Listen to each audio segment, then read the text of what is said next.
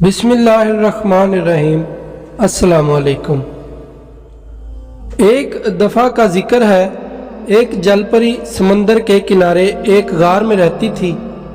شام کے وقت جب مچھیرے اپنی کشتیوں میں بیٹھ کر مچھلیاں پکڑنے آتے تو جل پری کشتی کے ساتھ ساتھ تیرا کرتی اور ان کی باتیں سنا کرتی۔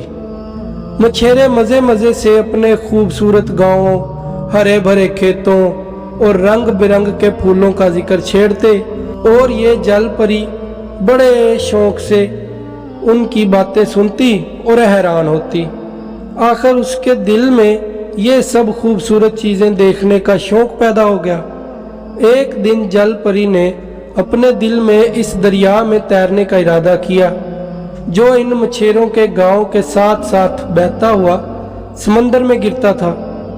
ایک رات جب چاند نے سمندر کو اپنی کرنوں کا نورانی لباس پہنا دیا تو جل پری اس دریا کی طرف چل کھڑی ہوئی۔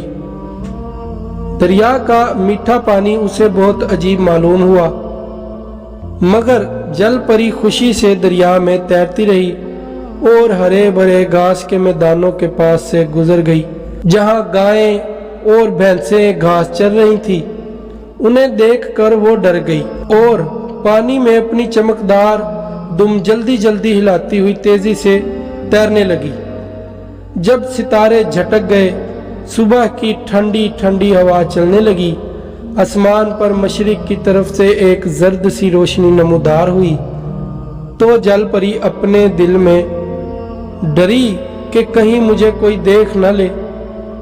اس خیال کے آتے ہی اس نے اپنا رخ بدل دیا اور نہایت تیزی سے ہاتھ اور دم مارتی ہوئی اپنے گھر کی طرف لوٹنے لگی۔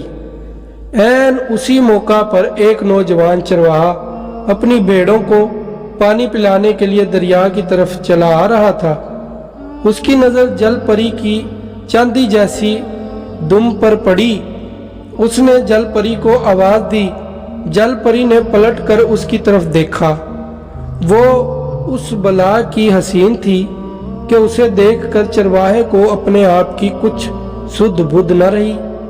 وہ حیرت زدہ جوں کا توں کھڑا رہا اور اس کے منہ سے ایک لفظ تک نہ نکلا۔ جل پری نے چرواہے پر نظر پڑتے ہی زور سے ایک چیخ ماری اور پانی میں غوطہ لگا دیا۔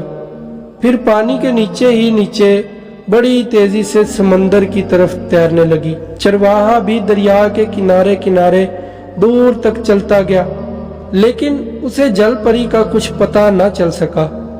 آخر مایوس ہو کر وہ واپس اسی جگہ لوٹ آیا جہاں دونوں کی آنکھیں چار ہوئی تھی۔ کناروں پر گھٹنوں کے بل بیٹھ گیا اور دریا کی لہروں کی طرف بڑے غور سے دیکھنے لگا، مگر جل پری نظر نہ آئی۔ سارا دن چرواہا اس امید میں کہ شاید میں ایک دفعہ پھر اس جل پری کی پیاری پیاری صورت دیکھ لوں وہیں بیٹھا رہا، لیکن جل پری نظر نہ آئی۔ دوسرا دن گزر گیا، پھر تیسرا دن بھی گزر گیا، مگر جل پری کا کچھ پتہ نہ ملا۔ آخر چرواہے نے دل کے ہاتھوں مجبور ہو کر ہمیشہ کے لیے وہیں دریا کے کنارے بستر جما دیا۔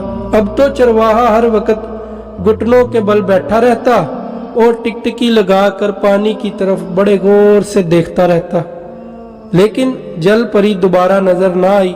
ادھر جل پری کو اپنے غار میں صحیح سلامت پہنچ کر پھر کبھی انسان اور اس کی چیزوں کو دیکھنے کی جرت نہ ہوئی اور اس نے دوبارہ سمندر سے نکل کر دریا کا رخ کبھی نہیں کیا۔ کچھ عرصے کے بعد چرواہے نے بھوک پیاس اور غم سے وہیں اپنی جان دے دی۔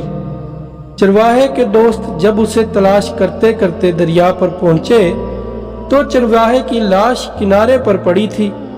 لاش اس قابل نہ تھی کہ اسے شہر لے جا کر دفن کیا جاتا، چنانچہ اس کے سب دوستوں نے یہ فیصلہ کیا کہ اسے یہیں دریا کے کنارے پر ہی دفن کر دیا جائے۔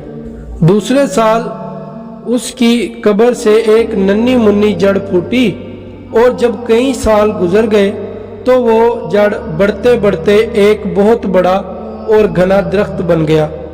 خدا کی شان!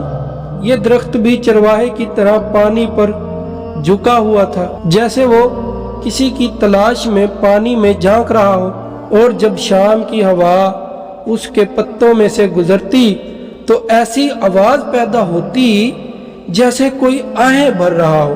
لوگوں میں یہ درخت آج تک رونے والے درخت کے نام سے مشہور ہے۔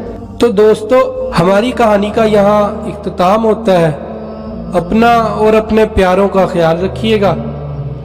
ویڈیو کو لائک، شیئر، کمنٹ اور چینل کو سبسکرائب کر دیں تاکہ آنے والی ہر ویڈیو سب سے پہلے آپ کے موبائل پر آ سکے۔ اللہ کی امان میں، اللہ حافظ۔